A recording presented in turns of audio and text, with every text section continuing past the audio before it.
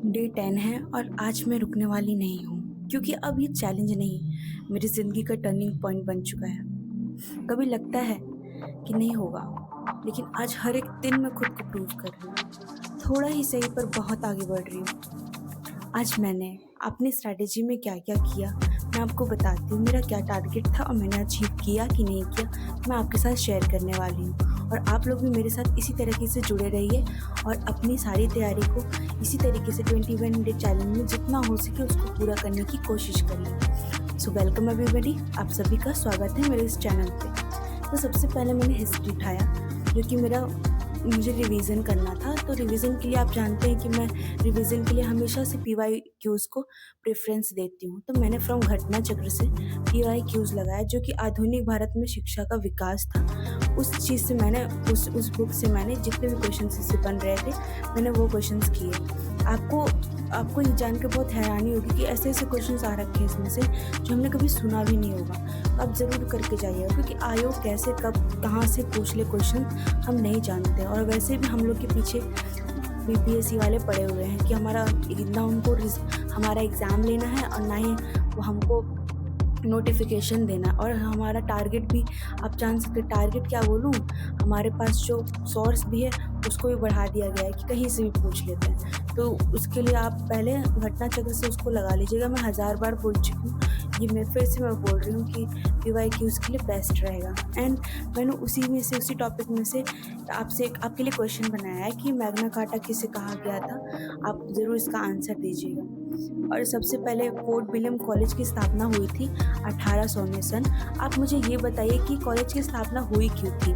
इस चीज़ के बारे में आपको बताना होगा कमेंट करके। अगर आप पढ़ रहे होंगे, सीरियस कैंडिडेट होंगे, तो आप ज़रूर आंसर देंगे, क्योंकि यहाँ पे अगर जो आप सीरियस नहीं है तो आप क्या ही सोच रहे हैं कि आपका सिलेक्शन होगा। नहीं हो सकता है अगर जो आप सीरियस नहीं है तो। आपको रुकना नहीं है, अपना सिलेक्शन पाने के लिए आपको रुकना नहीं चाहिए।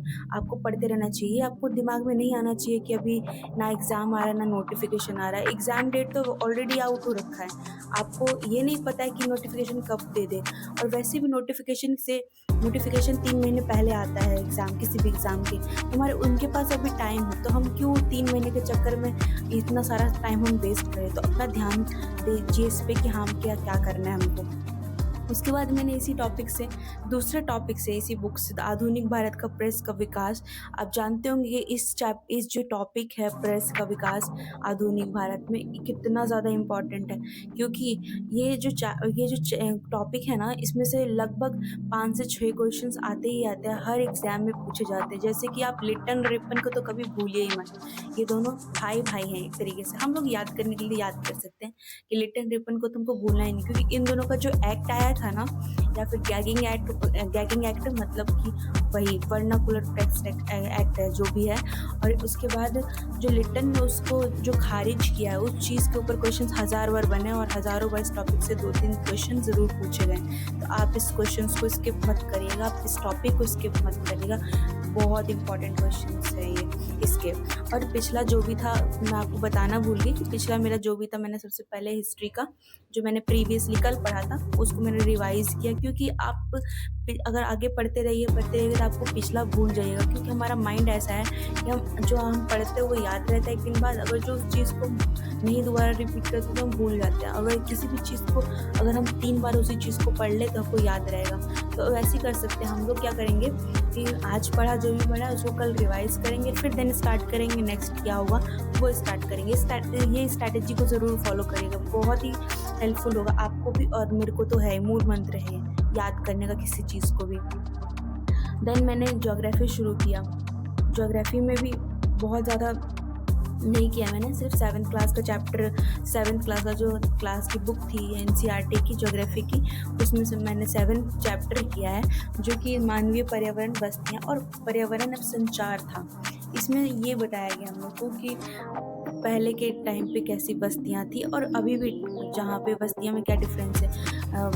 स्थायी बस्तियाँ क्या होती है, अस्थायी बस्तियाँ क्या होती है, और जो रहने का जैसा उनका वातावरण होता है उस हिसाब से उनके जगह भी रहते हैं, वो सब इसमें दिया गया है। आपको पता है कि आप केरल में जाइएगा तो वहाँ पे पानी बहुत ज़्यादा है, तो वहाँ पे क्या करते हैं कि उस पे एक स्टिल्स पर मकान बना रहता है, बाँस के ऊपर मकान बना रहता है, तो पर्यावरण के हिसाब से हमारा रहने-सहने का तरीका भी अलग रहता है और हमारा पर्यावरण क्यों प्रदूषित हो रहा है, क्यों लोग शहर में शिफ्ट हो रहे हैं, क्यों गाँव में नहीं हो पा रहे हैं और क्यों उस शहर की तरफ बढ़ते जा रहे हैं, वहाँ पे इतनी भगदड़ क्यों मचती रहती है, वहाँ पे इतना जनसंख्या क्यों बढ़ रहा है और पर्यावरण पे इतना प्रभाव क्यों पड़ रहा है, ये सब को लेके चैप्टर बहुत इंपॉर्टेंट है, आप कर लीजिएगा।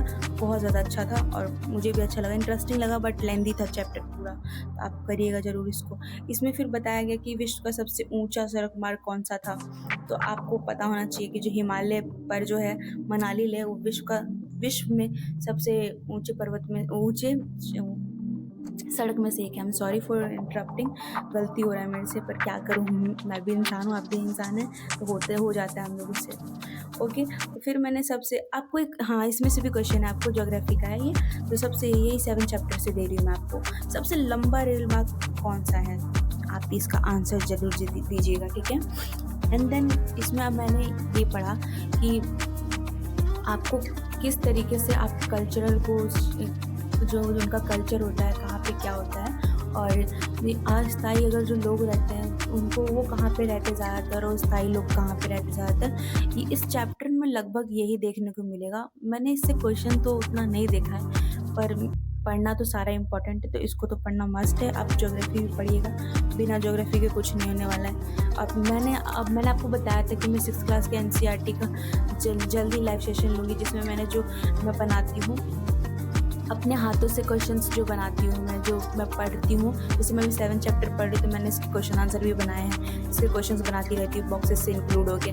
तो मैं अपना ऑनेस्ट रिव्यू दे रही हूँ, मैं क्वेश्चंस बनाती हूँ, उसके बाद मैं उसको फिर पढ़ती हूँ 2-3 बार। मैं आपसे भी आप चाहते हैं कि मैं आपसे डिस्कशन करूँ तो आप प्लीज़ मेरे को बताइए कमेंट करके। अभी तक मेरा सिर्फ 2-3 सब्सक्राइबर का ही आ रहा है कि हाँ दीदी पढ़ाइए ज्योग्राफी। मैं पढ़ाऊँगी नहीं, मैं आप लोगों से क्वेश्चन पूछूँगी, अगर आपको आता होगा तो बहुत बढ़िया। अपने आप को पीठ थपथपाना कि मुझे चलो जो पूछ रही वो तो आता है, इसका मतलब मुझे एनसीईआरटी पढ़ने की ज़रूरत नहीं है, तो ये आपके लिए बेनिफिशियल ही होगा। इसमें मेरा भी फ़ायदा होगा, आपका भी फ़ायदा होगा। ऐसा नहीं सिर्फ मेरा फ़ायदा हो रहा है इसमें कि मुझे याद हो जाएगा, नहीं आपका भी होगा, तो आप भी ज़रूर जुड़िए। उसके बाद मैंने देन स्टार्ट किया पॉलिटी के लिए मैंने ऑलरेडी कल शेयर किया था कि मैं पहले PYQs कर रही हूँ। उसमें से भी मैंने मूल अधिकार जो था हमारा मूल अधिकार जो हमारा होता है उससे रिलेटेड कितने क्वेश्चंस पूछे गए हैं। 2 क्वेश्चंस आए थे इस बार TRE 3 में मूल अधिकार से, इस टॉपिक से। ज़रूर मैं पूरे पेपर की बात नहीं कर रही, सिर्फ 2 क्वेश्चन आए थे पॉलिटी से, नहीं इस टॉपिक से 2 क्वेश्चन आए थे मूल अधिकार से। तो ये मूल अधिकार ये बहुत इंपॉर्टेंट है, आप भी करिएगा मूल अधिकार। और जो नीति निर्देशक तत्व है वो वाला टॉपिक किया मैंने, 2-3 कवर किए थे। एक तीसरा था राष्ट्रपति और उपराष्ट्रपति, मंत्रिपरिषद, ये सब किया। संसद की सीट कितनी है? संसद की सीट तो 1272 है। आप बताइएगा लोकसभा और राज्यसभा की कितनी सीटें हैं, वो आप मेंशन करिएगा मेरे को कमेंट में। उसके बाद मुझे PYQs लगाने के बाद ये समझ में आया कि संघ की जो न्यायपालिका है और भारत का नियंत्रक है या महालेखा परीक्षक है, इन सब में बहुत कंफ्यूज हो रही थी। तो मैं सोच रही थी कि मैं कल के स्टडी व्लॉग में मैं उसको कवर करूं। और हाँ, मैं जल्दी ही सुबह आपसे 4 बजे मिलने वाली हूँ, क्योंकि उसमें हम लोग सामने में पढ़ेंगे, सामने में अपने आप को 1 घंटा टाइम देंगे, क्योंकि हर लड़की क्या करती है आजकल शादी के बाद कि उठते के साथ ही खाना बनाना शुरू कर देती है या फिर घर के कामों में लग जाती है। नहीं, वो आपको नहीं करना है। सबसे पहले जो चीज़ अपने आप को सुबह उठ के प्रायोरिटी दोगे, वो ज़िंदगी भी आपको उसी चीज़ के लिए प्रायोरिटी देगी। जैसे आप खाना बनाने के लिए देते हो तो हमसे ज़िंदगी भर खाना ही बनाने को मिलता है हम लोग को, उसके अलावा हम कोई सुबह काम नहीं करते। अगर आप सुबह अपने आप को टाइम दीजिएगा, me time, better you time दीजिएगा, तो आपको बहुत अच्छा फील होगा। आपको लगेगा कि मैं अपनी ओर जा रही हूँ, मुझे अपने आप को पहचानने की ओर जा रही हूँ। तो आप मेरे से इस चीज़ के लिए तो ज़रूर कनेक्ट हुए सुबह में, आप मेरे से लाइव जुड़िए, वहाँ पे अपने टॉपिक्स कंप्लीट करिए। अगर जो कोई आपका इस चैलेंज के दौरान आपका छूट जाता है, उस टाइम आप सुबह में कर सकते हैं मेरे साथ। हम सब साथ मिलकर सामने बैठ के पढ़ेंगे, अपना टॉपिक कंप्लीट करेंगे, और उसके एंड में आपको कोई डाउट हुआ तो मैं ज़रूर सॉल्व करूँगी उसको। पर हाँ, ये बहुत अच्छा तरीका रहेगा हम लोग को, ताकि ऐसा लगेगा आपको भी ऐसा लगेगा कि मेरे साथ कोई और पढ़ रहा है। अगर आप अकेले हैं तो आपको ऐसा फ़ील होगा कि मेरे साथ कोई और पढ़ रहा है तो मुझे भी जुड़ना चाहिए। तो आप प्लीज़ आप जुड़िए, आपको भी फ़ायदा होगा। मैं तो जुड़ूँगी ही जुड़ूँगी और मेरे साथ और भी लोग हैं वो जुड़ेंगे। आप भी जुड़िए, आपको ये बहुत बेनिफिशियल होगा। अपना मी टाइम दीजिए, अपने स्पेशल टाइम सुबह-सुबह दीजिए। घर बनाने वाले सामान में ये सब चीज़ में मत दीजिए, इन्वेस्ट करिए अपना टाइम। सुबह-सुबह 1 घंटा अपने लिए ज़रूर निकालिए। मेरे साथ आइए 4 बजे। Thank you. इस चीज़ के लिए मैं इतना ही बोलूँगी, थैंक यू।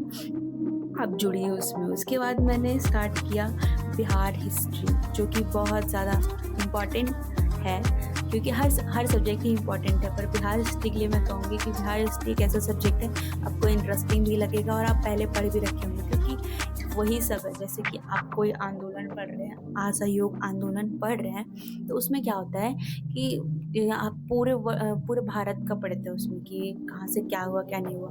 आप स्पेशली जब बिहार हिस्ट्री का देखेंगे तो असहयोग आंदोलन में बिहार से कौन जुड़ा था वो आपको पता चलेगा। तो आपको इस चीज़ का भी ध्यान देना है। बिहार में जो असहयोग आंदोलन हुआ है, कहाँ से क्या हुआ है, वो आपको ध्यान देना है। स्वराज पार्टी का स्वराज पार्टी का स्थापना किसने किया, इसके सचिव कौन थे, महासचिव कौन थे, ये सब ज़रूर ध्यान रखिए। छोटे-छोटे वर्ड्स जो होते हैं ना, बहुत इम्पोर्टेंट होते हैं और इस छोटे-छोटे वर्ड की वजह से हम गलतियाँ कर बैठते हैं एग्ज़ाम में। तो ये गलतियाँ ना हो, उसके लिए आपको प्रैक्टिस ज़्यादा इम्पॉर्टेंट है, तो आप करिए। तो मैंने अपने नोट से किया है बिहार हिस्ट्री का। मैंने स्पेशली मेरे पास नोट है जो कि मैं ऑलरेडी आपको प्रीवियसली वीडियो में शेयर कर चुकी हूँ कि मेरे भैया ने मुझे दिया है। तो मैं ये उसी से कर रही हूँ और यहाँ ये बहुत बेनिफिशियल है मेरे लिए। मुझे इसके अलावा कोई ऑडियो या फिर वीडियो एड्स देखने की ज़रूरत नहीं, मेरे लिए इतना इनफ है बिहार के लिए। तो आज के लिए बस इतना ही था, क्योंकि मेरा आज थोड़ा इधर आपको आवाज़ भी आ रही होगी, मेरा यहाँ कंस्ट्रक्शन का काम चल रहा है। I already share in previous video, पर देखिए मैं अपने आप को रोक नहीं सकती थी, मुझे पढ़ना ही था,